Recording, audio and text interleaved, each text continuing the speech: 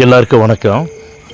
இந்த பதிவு எதுக்குன்னு கேட்டிங்கன்னா, அதாவது கரூரில் நடந்த துயர சம்பவத்துக்கு அப்புறமா தளபதி விஜய் அவர்களை இதோட முடிச்சு கட்டிடலாம், அவருடைய அரசியல் வாழ்க்கைக்கு முற்றுப்புள்ளி வச்சிடலாம், இனிமே அவர் அரசியலுக்கு பக்கமே வரக்கூடாது, சினிமா துறையிலேருந்து வந்த அவர் சினிமாவுக்கு நடிக்க போயிடுவார் அப்படின்னு ஏகப்பட்ட கடுமையான விமர்சனங்களை வச்சவங்களுக்கு இடையில் எக்கச்சக்கமான பேர் யாரால கடுமையான விமர்சனத்தை விஜய் அவர்கள் மீது வச்சாங்க அப்படிங்கிறது பொதுமக்கள் எல்லாருக்கும் தெரியும்.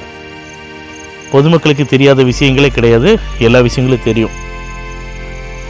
இந்த மாதிரியான ஒரு சூழ்நிலையில் தளபதி விஜய் அவர்களுக்காக இருக்கட்டும், அவர்களுடைய தொண்டர்களுக்காக இருக்கட்டும், விஜய் அவர்களுடைய மாவட்ட செயலாளர் அவர்களாக இருக்கட்டும், எல்லாத்துக்குமே சப்போர்ட் பண்ணினேன்.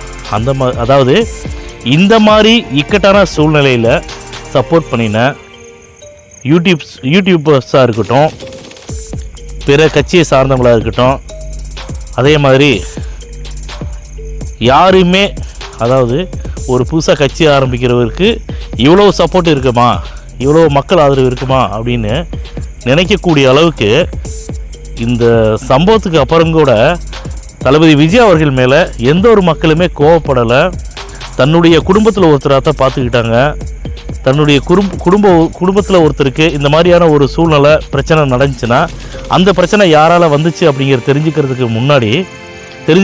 தெரிஞ்சுக்கிறதுக்கு அப்புறமா பொதுமக்கள் தான் ஜாக்கிரதையாக இருக்கணும், அவங்க தான் கொஞ்சம் கேர்ஃபுல்லாக இருந்திருக்கணும்.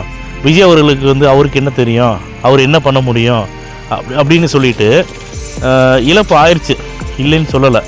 இழப்புங்கிறத விட நான் அடிக்கடி சொல்லுவேன், நான் இது ஒரு சதியால் நடந்த உயிர் பலிகள் நான் அடிக்கடி சொல்லுவேன். நான் இந்த மாதிரி சம்பவத்தால் உயிர்கள் போயிடுச்சு. இந்த சூழ்நிலையிலே கூட பொதுமக்கள் கூட பார்த்திங்கன்னா தளபதி விஜய் அவர்களுக்கு மிகப்பெரிய சப்போர்ட்டாக இருந்தாங்க, ரொம்ப ஆதரவு கொடுத்தாங்க. சரிங்களா?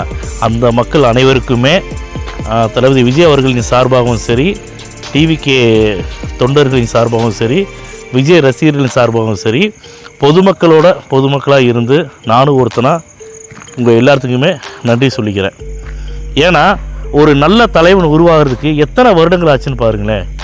எம்ஜிஆருக்கு அப்புறமா அதுக்கப்புறம் எந்த ஒரு நல்ல அரசியல் தலைவர்கள் மக்களுக்கு கிடைச்சாங்க நீங்களே சொல்லுங்கள். விஜயகாந்த் சார் கிடைச்சாங்க, அவங்கள யாரும் சரியாக பயன்படுத்திக்கல. அவருடைய உடல்நிலை சரியில்லாத காரணத்தினால நம்மளெல்லாம் விட்டு போயிட்டார். இப்போ இருக்கிற தளபதி விஜய் அவர்களை நம்ம என்றைக்கு இழந்துடக்கூடாதுங்கிறத என்னோட